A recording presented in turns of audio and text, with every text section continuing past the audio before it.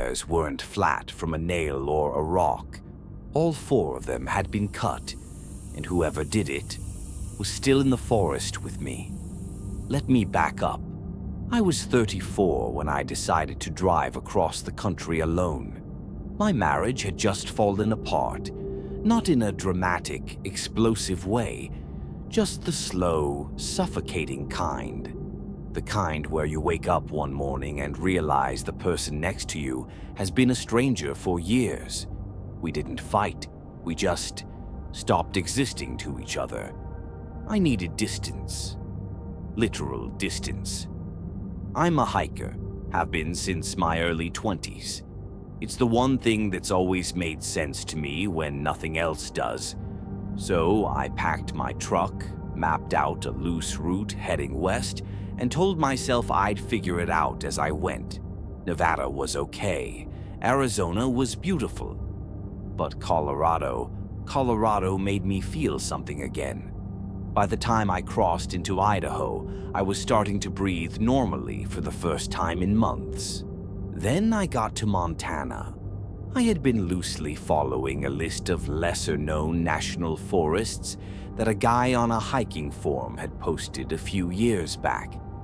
Most of them were the kind of places that don't show up in travel blogs, no visitor centers, no designated trails with little wooden signs every half mile telling you not to feed the wildlife. Just forest. I found a narrow Forest Service road off the main highway and drove until the pavement turned to gravel, then turned to dirt, then basically disappeared altogether. I parked where the road ended, which was nowhere in particular. I checked my phone. No signal. Good. I geared up, locked my truck, took a mental snapshot of the surrounding terrain, and headed into the trees. The plan was simple. Hike a few hours out, find high ground if possible, take in whatever view was waiting, and be back before dark. I wasn't carrying overnight gear, so I had no intention of pushing it. The forest was dense but not oppressive. Lots of old-growth pine. The ground was soft, quiet in that good way, the way forests are supposed to be quiet. About 90 minutes in, it started raining.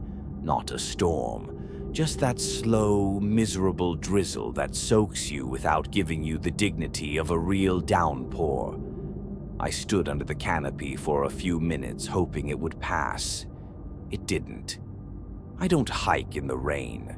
I know that sounds dramatic, but I've had too many close calls with slippery terrain. It's just a rule I've kept for years. So I turned around. I retraced my steps back toward the truck, which I could eventually see through the trees once I got close enough. That familiar shape, the relief of it. And then I stopped. All 4 tires were completely flat, not low, not slightly deflated, flat, each one. The sidewalls had been cut clean through. I stood there for a moment, just staring, trying to make my brain process what I was looking at, because there's that split second where you think maybe there's a rational explanation, a fluke. A road hazard that somehow hit all 4 at the exact same time. But that's not what this was. I looked around. The trees were still. The rain kept falling. Nothing moved. I thought about my options. The nearest town was probably 30-something miles back down the mountain. Walking that in the rain, on a road with no shoulder, in fading daylight, I didn't love that. And if whoever did this was still nearby, being out in the open on a straight road wasn't exactly a better option. There had been a ridgeline visible from the road about 2 miles back, maybe a little more. High ground, which meant possible signal. I didn't think about it for very long. I went back into the forest. I kept a steady pace. Not running, but not casual either. The rain had thinned the light considerably, and the shadows between the trees were getting longer. At some point, I realized I was paying less attention to the terrain ahead of me and more attention to the sounds around me. That's when I noticed it. Every time my footsteps stopped, something else stopped too. Not an echo, not my imagination. A sound somewhere behind me and slightly off to the left that mirrored my rhythm with about a 2-second delay. When I walked, it walked. When I stopped, it stopped. I didn't turn around, I just walked faster. The ridgeline was close. I could feel the terrain changing under my feet, the slope getting sharper. I pushed through the last stretch and got to the top and pulled out my phone. 2 bars. I called 911 before I even caught my breath. I explained where I was as specifically as I could. I told them about the tires. I told them I thought someone had been following me through the forest for the last 40 minutes. The dispatcher told me to stay on high ground and that she would send someone to my vehicle's location. I thanked her and hung up. Then I stood there on that ridge and thought about what came next. Because getting back to my truck meant going back down through the forest, and I wasn't going to walk the same line I came up on. Not with whatever had been pacing me on the way up. I decided to come down from a different angle. Arc wide to the north, stay close to the tree line where I could see open ground, and approach the road from a direction that didn't lead through the dense section I'd just come from. It worked for a while. It was maybe 10 minutes into my descent when I heard something to my right. One sharp crack, a branch, then silence. I kept moving. 3 minutes later, something from behind me, closer this time, and that's when I understood. It wasn't one person. I didn't run yet. I wasn't sure running was the right move. But then I came around a thick cluster of pines and nearly walked straight into it. A camp, not a casual campsite, more like a gathering space. Rough-cut logs arranged in a wide circle, the remains of a large fire in the center, still warm to the touch when I got close enough. A wooden post driven into the ground with something tied to the top of it that I didn't stop to identify. I turned and ran. The sounds behind me didn't try to hide anymore. Footsteps, multiple sets, moving fast. I pushed through brush, ducked under low branches, kept my eyes fixed on the direction I knew the road was in. The light was almost completely gone now. The rain had picked up. I looked back once. There were people behind me. I couldn't get an exact count. 6, maybe more. All in white, moving through the dark trees in white clothing, like they weren't even trying to be invisible, like they didn't need to be. I ran harder than I think I've ever run in my life, and then I saw headlights. A patrol truck was parked on the road directly behind my vehicle. The officer was standing outside it. I came crashing out of the tree line, and he took a step toward me with his hand raised, and I just stopped and bent over and tried not to collapse. When I finally turned around to look back at the forest, there was no one there. The officer had already run my plates from dispatch. He helped me file the report and told me he'd called a tow. He didn't seem particularly surprised by anything I described. When I asked him why, he said this part of the county had a history, certain groups that have been operating in these forests for a long time. Not illegal, technically, but not exactly welcoming either. He said I was lucky I'd called when I did. I didn't ask what he meant by that. I didn't want to know.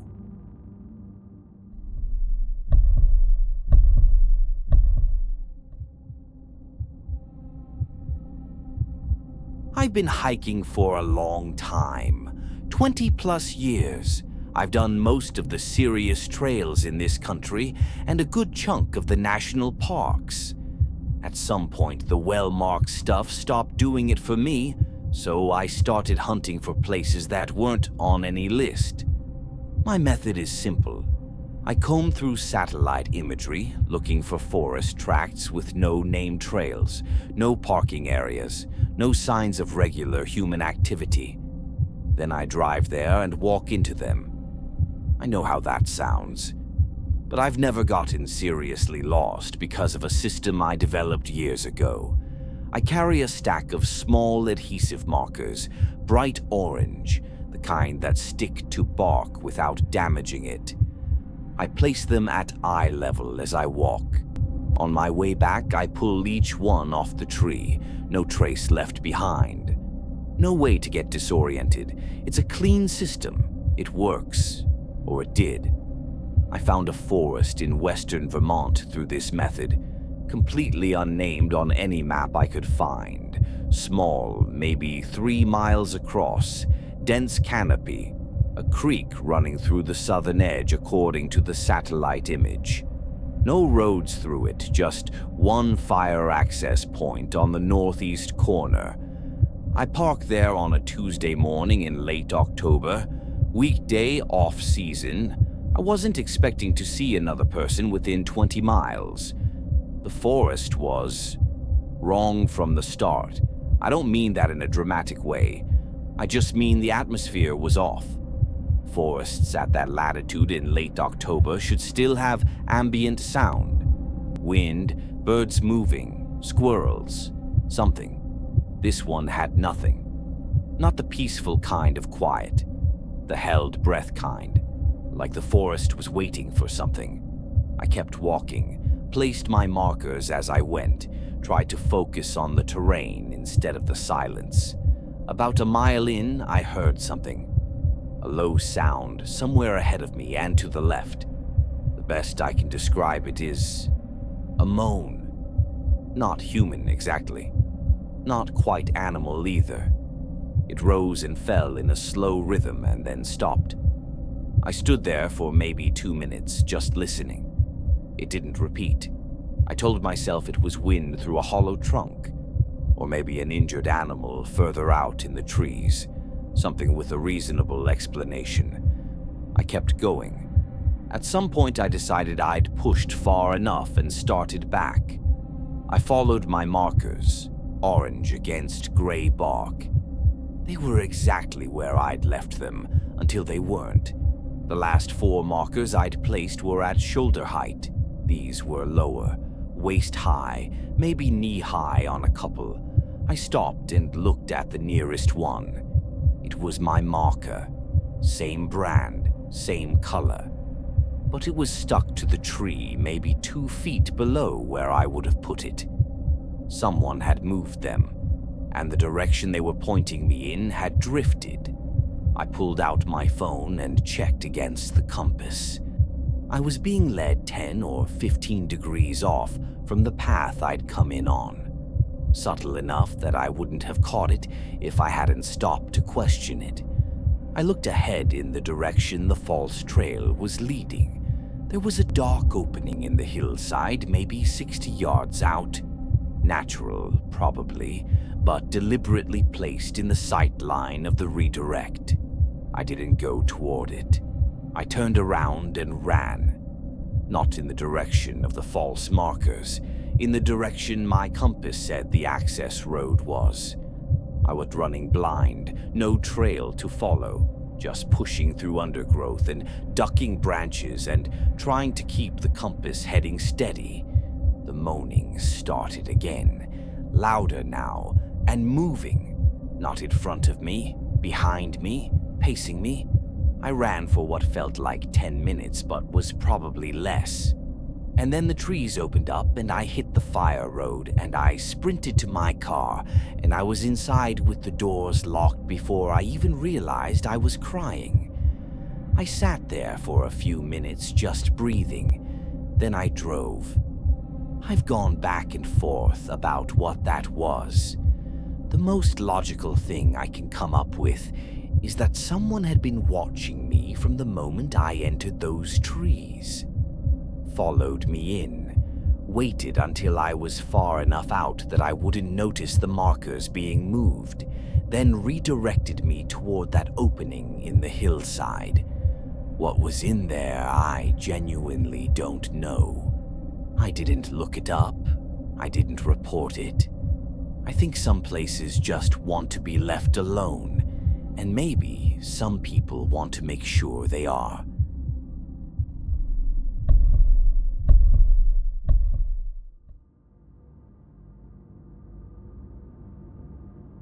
This happened when I was 19. I grew up in a small town in southern New Jersey, close enough to Philadelphia that certain things had a way of crossing the border. My parents' house backed up against a stretch of woods. Not huge, maybe a quarter-mile deep. On the other side of the woods was a dirt service road, and on the other side of that road was a water treatment reservoir. Chain link fence around the whole perimeter. Signs everywhere. We ignored them from the time we were old enough to find the gap in the fence that someone had cut years before us. I know it was illegal. I don't need to relitigate that. The reservoir was actually beautiful. Wide open water surrounded by trees, no development, no lights. On clear nights, you could see more stars than anywhere else within 50 miles of where we lived. We went there to swim in summer, to sit on the rocks in fall, to do whatever 19-year-olds do when they want to be somewhere adults can't reach them. That night, there were 4 of us. Me, my friend Danny, a guy named Terrell, who I'd known since middle school, and Terrell's cousin Marcus, who was visiting from out of state for the week. It was a Friday, late September. Danny had grabbed a 6-pack from his older brother, and we walked through the woods around 9:30, 10 o'clock, crossed the service road, found the gap in the fence, and slipped through. We walked the near bank for a while before deciding to cross to the far side. The reservoir was roughly oval-shaped. There was a flat section on the far bank that we called the beach, even though it was just packed dirt and smooth stone. We were heading there. We were about halfway down the far bank when Marcus grabbed my arm and pointed. There was someone on the far end of the reservoir, same side as us but further along, moving towards the water from the tree line. We stopped. At first we thought it was just someone else who'd come out there for the same reason we had. It happens. We stayed quiet and watched. Then we saw what the person was carrying. A bag, black plastic, large, the kind of heavy-duty garbage bags contractors use, and they weren't carrying it. They were dragging it, moving slow. The bag was clearly heavy. None of us said anything for a while. This reservoir had a history. I knew that even then. A couple of years before, a story had gone around that human remains had been pulled out of it during some kind of maintenance work. I don't know if that was urban legend or real, but standing there watching a person drag a heavy black bag toward the water line at 10 o'clock at night, it came back to me immediately. The person got to the edge of the water and crouched down. Spent a few minutes doing something we couldn't see clearly. Then 3 more people came out of the tree line. 2 of them were dragging bags. The third one was carrying a kayak. I remember Terrell saying something low, like barely a word, just a sound. And then we were all completely still. We watched the first man get into the kayak. The others lifted one of the bags and placed it across his lap. He paddled out to the middle of the reservoir, not the edge, the actual center of it, and the bag went into the water. He came back, did it again. Then a third time, and that's when Danny's phone rang. Some ringtone he'd forgotten to silence. It cut through everything. Through the water, through the trees, through the distance between us and them. They all turned at the same time. We ran. I don't remember making the decision to run. We were just running. Back up the far bank, around the end of the reservoir, onto the near bank, into the tree line. I could hear Marcus right behind me, and behind him I could hear footsteps that were not ours. We hit the service road and crossed it without stopping. Found the fence. And this is the part that still makes me sick to think about. I couldn't find the gap. I ran the length of the fence section I knew it was in. Couldn't find it. My friends were right behind me, and I could hear them starting to panic, and then the footsteps were in the woods behind us and getting louder, and I just ran the fence line, and then Terrell spotted it 10 feet ahead of us, and we went through it fast, one at a time, and I pulled Marcus through last because he was slowest, and we ran through the woods all the way back to my parents' yard. We got inside, locked everything. Terrell called the police from my kitchen. I got a noise complaint lecture from the dispatcher before she finally sent a car. 2 officers came. I told them everything. They walked the perimeter of our yard, and one of them came back and asked me to come outside. There were muddy footprints along the outside of my parents' backyard fence. A set of them. The officer asked if we'd gone over that fence at any point that night. I told him no. Why would I jump my own backyard fence? They searched the property, didn't find anyone. Left. 4 days later, my mom called me while I was at my cousin's house and told me to come home. When I got there, she was sitting at the kitchen table with my dad, and the news was on the TV. The reservoir. 3 bodies. Pulled out during a routine maintenance inspection. Cause of death not released pending investigation. Police seeking information from the public. My father called the detectives handling the case and gave them the full account. They came to the house, took statements, asked for everything we remembered about what the men looked like. We told them what we could, which wasn't much. It was dark and we'd been far away and we were scared. For about 4 months after that, my mom said she kept seeing movement in the woods at night when she looked out the back window. She told me once that she thought she saw a camera flash from somewhere inside the tree line. I don't know if that was real or if she was just scared and seeing things. We moved the following spring. As far as I know, nobody was ever arrested. I don't go back there. I don't look up news from that town anymore. I have enough of my own memories of that place, and I don't need the ones that come attached to it.